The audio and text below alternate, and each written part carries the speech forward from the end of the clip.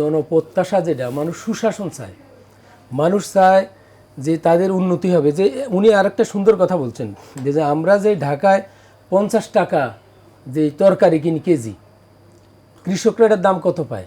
15 থেকে 20 টাকা। এই 15 থেকে 20 টাকাটা 50 টাকা হবে কেন? 15 টাকাটা আপনার 25 টাকা হতে পারে, হাইয়েস্ট 30 টাকা হতে পারে। এই যে 20 টাকা বা 25 টাকা বেশি যাচ্ছে, এটা সবার পকেট থেকে যাচ্ছে। তো যেই লোকটা দিন মজুর, তার জন্য তার চামড়ার উপর দিয়ে কিন্তু এটা দাগ লাগায়। সেই জন্য সুশাসন যদি হয় সবাই উপকৃত হবে। আরেকটা বিষয় হচ্ছে, একটা দেখেন রাজনীতি, আমি এর আগেও বলছি, কিছু লোক রাজনীতি করে হলো তাদের মানে কাজই হচ্ছে নেতার করা, এই জয়ধ্বনি দেয়া। আরেকটা হচ্ছে কিভাবে টাকা উপার্জন করবে। যারা টাকা উপার্জন করেছেন, আমার এই ভাই যেটা বললেন যে হাজার হাজার কোটি টাকা যেটা বাইরে পাচার করা হয়েছে, এই টাকার কত অংশ সে ভোগ করবে বলেন? এই চিন্তা যদি মানুষের থাকতো তাহলে কিন্তু সেটা করতো না। এবং আপনি যেটা বলছেন, আমি আপনাদেরকে ওই কথাই বলছি যে এই দেশে কিছু সেকুলার লোক আছে, কিছু বাম আন্দোলন করতেন। ঢাকা বিশ্ববিদ্যালয়ের ছাত্র হিসাবে আমি তো অনেকের সাথে মিশার সুযোগ হয়েছে। বাম আন্দোলন করতেন, তাদের কিন্তু কোনো সহায় সম্পদ নাই এক শ্রেণীর। আর এক শ্রেণী কিন্তু বাম থেকে যখন তারা ওই আগে বুর্জুয়াদের বিরুদ্ধে স্লোগান দিতেন, ক্ষমতা আসার পরে তারা নিজেরাই বুর্জুয়া হয়ে গেছে। আপনার ওই যে আমাদের এখানে নাম করা একটা স্কুল আছে, স্কুলের চেয়ারম্যান হওয়ার পরে ওনার টাকার রেট কিন্তু অন্য সময়ের তুলনায় বেড়ে গেছে। উনিও বাম আন্দোলন করতেন। আমাদের দরকার হচ্ছে বাম হোক ডাইন হোক, আস্তিক হোক নাস্তিক হোক, আমাদের দরকার হচ্ছে সৎ, জনদরদি, জনবান্ধব নেতৃত্ব। সেটা যদি হয় তাহলে কিন্তু আমাদের এই নেতারাও সুখে থাকবেন।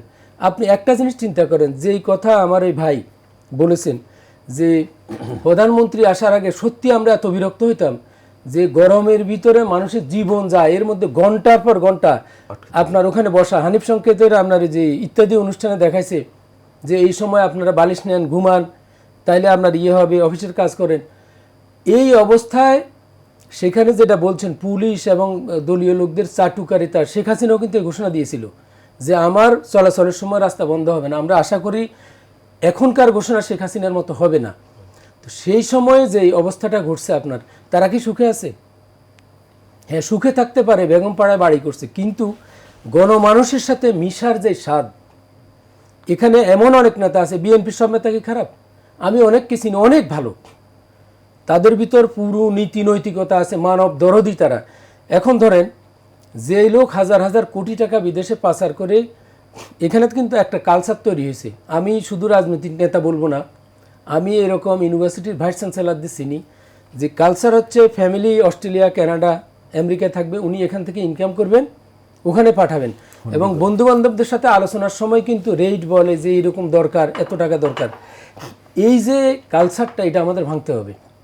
এবং আমি আবারও বলি যে বিদেশে আপনি থাকতে পারবেন, সেখানে মানুষ সামাজিক জীব হিসাবে থাকে না। ওখানে কাঠ পাথরের একটা বন্দি জীবন তারা যাপন করে। আর দেশে থাকলে ধরেন সরকারি দল আর বিরোধী দল যেই হোক, যদি যারা রাজনীতি করে, এরা কিন্তু এদের চরিত্র হইল অমাবস্যা রাত আসলে যিনি জাত কাট চোর, তার চুরি করার জন্য যেমন শরীর গিরগির করে, কিছু জনদরদি রাজনীতিবিদ আছে, এরা মানুষের সাথে না মিশলে এদের ভালো লাগে না। তাহলে যেই লোকটা টাকা পাচার করলো, সে কোথায় মিশতেছে এখন? কোথায় আছে বলেন? আমরা আশা করব যে তারেক রহমান যে ঘোষণা দিয়েছে, আমরা এটার বাস্তবায়নের আশা করব। এবং আমি এটা বিশ্বাস করি, একটা সমাজের অধিকাংশ মানুষ দুর্নীতি অসৎপরায়ণ নয়, কম সংখ্যক। তবে এটাকে ঠিক করার রাষ্ট্রবিজ্ঞানের ছাত্র হিসাবে আমি বলবো, আপনি রাষ্ট্রবিজ্ঞানের ছাত্র শিক্ষকদেরকে বাংলাদেশের সমস্যা যদি আইডেন্টিফাই করতে বলেন মোটা দাগে এবং ছোট ছোট করে, এটা কয়েকশোটা সমস্যা হবে, কয়েক হাজার হতে পারে। এই সমস্যার অধিকাংশ, একটা কাজ যদি করা যায়, একটা জায়গায় হাত দেওয়া যায়, তাহলে অধিকাংশ সমস্যার সমাধান হয়ে যাবে। এটা রাষ্ট্রবিজ্ঞান পড়া লাগবে না, এটা আপনারাও আমার চেয়ে ভালো বুঝবেন। সেটা হচ্ছে কি? যোগ্য সৎ নেতৃত্ব। আপনি দেখেন মালয়েশিয়া কি অবস্থা, সিঙ্গাপুর কি অবস্থা, ওই নেতৃত্বের কারণে।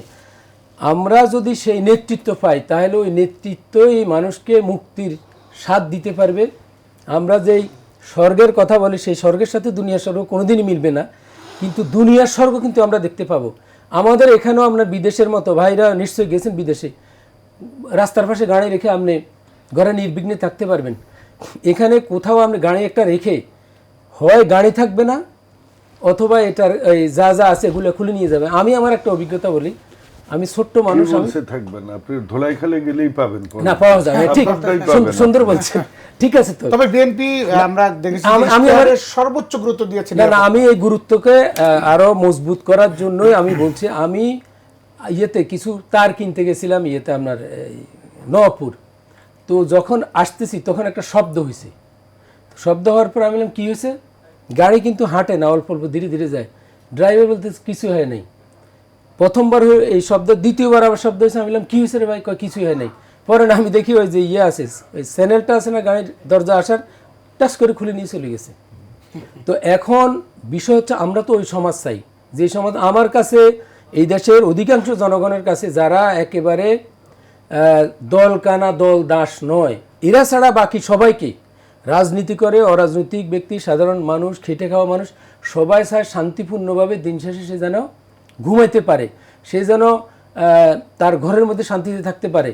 আমরা আরও কিছু আশা করব যে বিগত দিনে যেই কিশোর গ্যাং কালচার এবং যত অপসংস্কৃতি অপরাজনীতি হয়েছে, বর্তমান সরকার যদি এই কাজগুলিতে শক্তভাবে মোকাবেলা করতে পারে, তাহলে আমি মনে করব মানুষ তাদেরকে এই সবসময় মনে রাখবে এবং তাদের পিছিয়ে থাকবে, আমিও থাকবো।